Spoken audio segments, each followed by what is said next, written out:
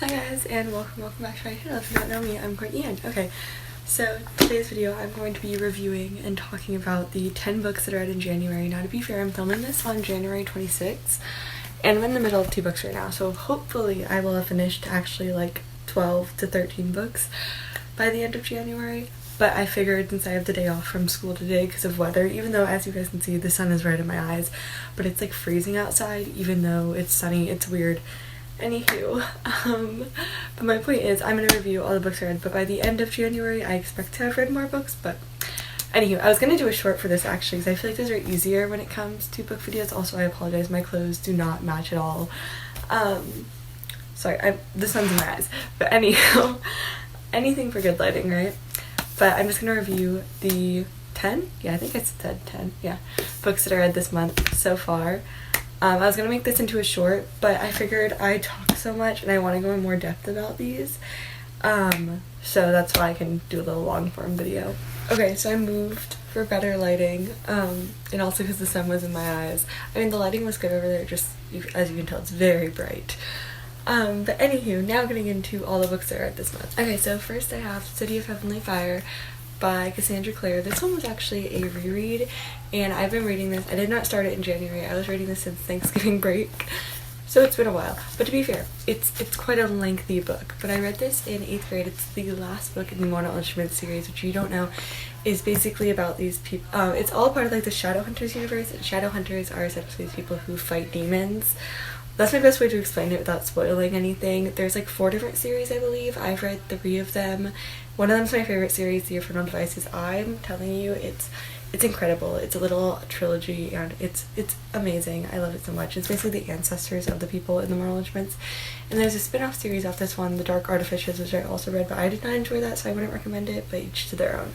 Anywho, but this one, I liked this whole series when I was like 13. I loved it, and like got through it, and then I believe, what was it? I was reading this book, and like I don't know what it was, but it like took me 2 months the first time I read this, and obviously I was not much faster the second time around. So I don't really know how to put my feelings about this one, because I thought I would like it a little more when I reread it, and that's kind of why I was rereading it, was because I just thought, oh, I was just in a reading slump the first time, but I feel like this put me in a reading slump.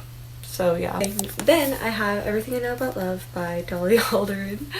This one is another one where I definitely took my time with it. I've been reading this, I think, since June or July of the summer, and I just finally finished it in January. But I feel like that was kind of good because I really got to like digest it and like fully understand the whole book. So this is a memoir about Dolly's life like in her 20s, and just like I guess all these like bad dates that she goes on, and like her friendships, and literally just her life in her 20s. And I thought it was really interesting and really fun to read about. What I really liked about this book, I think I ended up giving it 4 stars, maybe 4.5. I really enjoyed it, and I do understand, I will say, like, my review is, I understand it's for women in their 20s, and I totally agree, and I plan to reread this when I am 20 years old, and I think I will adore it when I'm 20. But I think it's also really good to read when you're younger, to like kind of make you, I guess, appreciate your youth a little more, and like understand like you still have time, you know, like I don't have to have everything figured out right now. I'm still young, and I can just enjoy being a teenager and being young. And I feel like this book like helped to, I guess, rationalize that a little bit, right? If I'm probably using that incorrectly, but anyway, I tapped it quite a bit.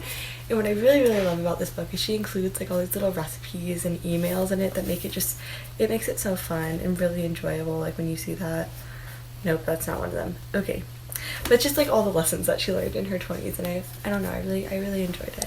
Okay, and then next I have The Housemaid by Frida McFadden. This is probably the fastest I read a book this entire month. I don't know, I started this the same night that because I finished both of these on the same day, and I started this that night at 8 p.m. I finished it Monday night the next day at 6 p.m. Okay, I read this incredibly fast. I think it's extremely fast-paced, and I really enjoyed it. Not to mention, it's not like extremely long, but this is meant to be a thriller. It's about this girl, I want to say, is it Nina? Or no, Nina's the other one. Millie, who decides to like work as a house, like is really desperate, okay?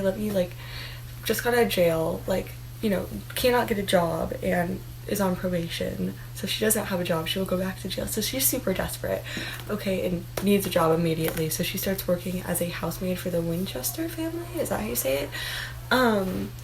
But the wife Nina is very unreasonable towards her, and she not her favorite person, right? And then there's like, so half of it is Millie's POV, and then you get an unexpected character's POV that made it really enjoyable. So I really like this.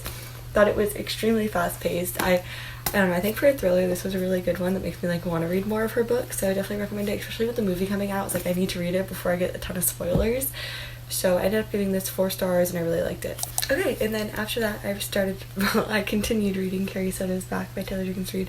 This is one that I actually started my freshman year of high school, and I read like the first, I want to say 85, 75 pages, and I put it down. I like DNF'd it or postponed it, and that probably would have been one of like the worst mistakes in my life, because this book is truly so incredible. I adore this book. I think it's really beautifully written. It's about this tennis player, Carrie Soto, who I would say like put a lot of her worth into being like this like incredible tennis player. Her dad was her coach, and from like the day that she was born was basically told like, you're going to be like the best tennis player of all time, right? And that's like her entire life is tennis. And she retires, of course, like being top of the charts. And a few years later, there's this younger tennis player, Nikki Chan, who starts to kind of like beat her records. So she starts training again and gets back into the game to like kind of like uphold her legacy. And at the end of the book, and once again, another thing I really like how this book is formatted. I think is really nicely, like the way that like it does the games is like so intense, and you get to see like podcasts and all these transcripts of people like talking about it, and I thought that was really interesting. Not to mention the relationship between her and her dad meant so much to me. I really adored that part of the book. It's really so beautifully written. But the end of the book, what I really like is that like there's like this one quote. I can't really say it without spoiling it, but it's like, I can finally be something else. And this author truly has a way with like ending books that give me so much closure. I read 5 of her books now, and I've adored every single one of them. Okay, then after that, I finally picked up The Sun Is Also a Star. This is one that had been on my physical TBR for a while. I think I got it from like a used bookstore for like $3. I was really interested in reading it because I saw a spoiler for Everything, which was really good, but it was like completely like spoiled everything. So I didn't want to read it, but I found this by the author. And when I tell you, this book is so beautiful, it means so much to me. I originally rated it like 4.5 stars, but since I read it, I haven't stopped thinking about it, so I moved it up to 5 stars because I adore this book, and it's just, I love it so much. It's basically about these 2 people who fall in love over the course of a day using like this kind of like experiment thing, though their time is really limited. It's so beautiful. I also like that you see a lot more cultures in here. I feel like this book was a lot more diverse than what I normally get to see. So I really like that too. But it talked a lot about like kind of, like butterfly effect, I guess you could say, or like, do you guys know the burnt toast theory? I don't know if it's like a real thing, but I remember I did like a presentation, like a TED Talk type thing freshman year about positivity. It's not like an actual TED Talk, it was just for my English class. And one of the things that I talked about was like the burnt toast theory, where it's kind of like, basically, for example, you burn your toast in the morning, but because of the extra time that takes you to make your new toast, it leads to you like meeting someone really special, or something could happen like is more positive later in the day, right? And I feel like this really captured that, and like the butterfly effect, which I think we all know, with like the smaller like coincidences kind of like leading to like this big thing, and how like it was kind of like meant to happen, right? And I think this book really touched on that. There's just so many beautiful quotes in here. This author is incredibly intelligent, I would say. And then another thing I really liked about it, sorry, I'm trying to go fast here, but was like the difference between today and tomorrow, or like today and yesterday, basically. Or I don't know if any of you guys have seen the movie Before I Fall. I haven't even seen it, but there's this one quote from the movie, I think it's a scene where there's kind of this girl that her friends are like bullying or like being rude to, and she's like, why are we doing that? That's weird. And they're kind of talking, sorry, I'm like trying to reenact the scene. They're like, you were literally like bullying her yesterday, right? It's like, that was a long time ago, that was yesterday. And I really like that, like this book kind of showed that, where it's like every single day has like so many new opportunities, and like yesterday doesn't really define you, and you can wake up every day and be a new person. I don't know, I really love that, and I feel like there's such like deeper meanings in this book, and it means so much to me. Okay, then after that, I picked up The Upside of Falling by Alex Light. I think I read this in like about a day. Unfortunately, I did not enjoy it that much. I gave this about 2.5 stars, I want to say, maybe just 2 stars. Not that it's like the worst thing ever or anything. I thought it was super cute, it was super sweet. But like, I went into it, I will say, it was cliche, and I went into it knowing that it was going to be cliche, but I feel like it could be like well executed. Cliche is still well executed. And I don't feel that this was. It just wasn't what I was looking for. I didn't personally enjoy it. I can totally understand why people enjoy this. I think it's cute, but I didn't like the main characters that much. Not to mention, at the beginning of the book, the author talks about the main character is a reader, and she's talking about like all romance books end after the couples get together, right? Because there's nothing else beyond that, and how she wishes that there could be like a romance book where you actually see the couple's relationships. So I was like, oh my gosh, maybe that's what this book will be, right? I was wrong. Not to mention, for a romance book, both the parents are kind of spoiling it for a second. I'm so sorry, that's my bad. Forget I said that. But you know, there's an awful lot of divorce, I would say, in this book for a romance book, and I don't know, it was cute. It was short, right? So like it was worth my time, I would say, but like I think I'll probably end up donating it because I don't enjoy it that much, but I can understand why people did. Okay, next I read The Way I Used to Be by Amber Smith. This one I actually audiobooked a little bit of it, not because it was bad, just because I was riding on my bike, and I feel like that made it a little less personal for me. I think this would have been 5 stars if I didn't audiobook it completely, but I rated it 4 stars, and I feel like that's kind of a perfect rating for it. If I, once again, based on my experience reading it, I really enjoyed it. I thought the author did an incredible job with being very respectful, but like doing a good job of representation with this book. So it's basically about this girl, Eden, who unfortunately is essayed by her brother's best friend, and it talks a lot about like her experience and just how that affects her so much as a person, and like really does like deep dive into that. And what I really liked about this book, that I feel like a lot of movies and a lot of books feel the need to be very graphic, and with like things like that, even when it's just like war and stuff like that, like it, instead of just showing, I don't know, I like that this one could do it more just on how it affected her, and it can still be so disgusting and so awful without it, but it's still like digestible to read, if you know what I mean. Like obviously you're disgusted and you're horrified and it's awful, right? And it makes you want to cry and throw up, but at the same time it doesn't have to be like super graphic to read, I would say, which, not that that's awfully bad in a book, I just like that this wasn't that, you know, that it was more appropriate, I think, for like YA. But yeah, I really enjoyed it. Definitely really sad, and I will say the ending, I really liked how like her brother and hers relationship, like how kind of that like was full circle, I'd say. Like in the beginning you kind of see them growing apart and then they come back together again. That was really beautiful to me. I really enjoyed that. This book kind of left me speechless at the end, and I could not believe that was the ending, that like there was like no closure and like no, I guess, what's the word, revenge, I guess you could say, right? Or like nothing. And then I found out there's a second book, so that made me a lot happier, and I'm going to immediately buy the second book when I can get my hands on it. But yeah, I'd recommend it. I thought it was really good, really beautifully written, and the author did an incredible job. Okay, next I have English Architecture. I know this isn't everyone's cup of tea, but it is mine. I will say, I was hoping for a little more of this book. I feel like, I don't want to say it was repetitive, but it wasn't super entertaining to me. But I will say there's 309 illustrations in this, and I thought the illustrations were so beautiful. I really loved them. Not to mention, I take both architecture and European history, and I loved how much this book would like connect so much of architecture to European history, like the mention of Napoleon and the Tudors, and I really enjoyed that.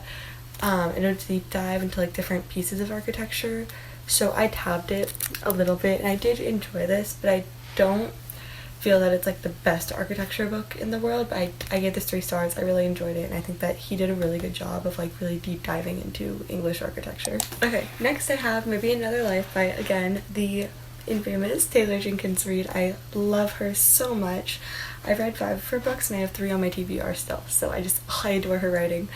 But this book, I really love the concept for this. So it's basically this girl, Hannah, I want to say, yes, sorry, I always forget her name, who is really lost in her 20s. She doesn't really know like she wants to do with her life, and so she moves back to her like hometown, home city, whatever, and is staying with her best friend.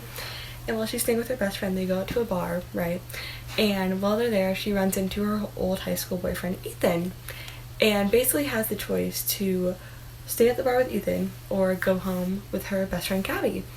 And the book is like coinciding storylines of like every single chapters between both universes, where you get to see how her life would play out if she went home with Gabby versus if she stayed at the bar with Ethan. It was so interesting to see like how similar they could be, because like the same birthdays were happening, the same, you know, drama was happening in other people's lives, but it was just in such different circumstances in Hannah's life. As I thought it was so interesting how it played out, and I really liked like watching that. There's also a lot of theories in here that I went through and like deep dive into that I really enjoyed, so I'd recommend it. Once again, I think that this is probably my least favorite book that I've read by her, because I didn't think it was as fast paced, you know, as her other books. It took me a little longer to get through. But at the end of the day, I think that the concept for this is incredible and that it was pretty well executed, so I really enjoyed it. And last, but oh my gosh, definitely not least, this one I saved for last because I will not shut up about it. This is Before the Coffee Gets Cold. This is another one that I started reading sophomore year, and I read okay, let me explain what it's about first. So it's 4 short stories of this cafe in Tokyo that allows people to go back in time. But the rules are very specific, like you have to sit in a certain chair, and you can only visit people from the cafe. You have to return before your coffee is cold, and there's just so many rules that so many people decide not to go back in time, right?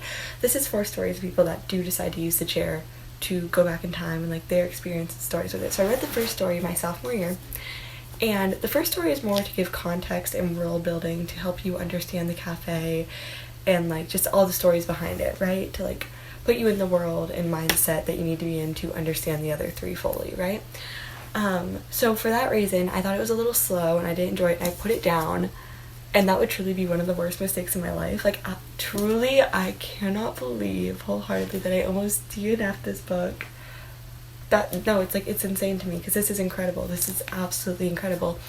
But there's other 3 stories who I think are truly so heartbreaking and so tragic and make you like so grateful just for the people and things that you have in your life, and like just rationalize you on that. Like, I mean, obviously you can already understand that, but like I love this book so much and I can't shut up about it. Like, for example, there's this one really heartbreaking story.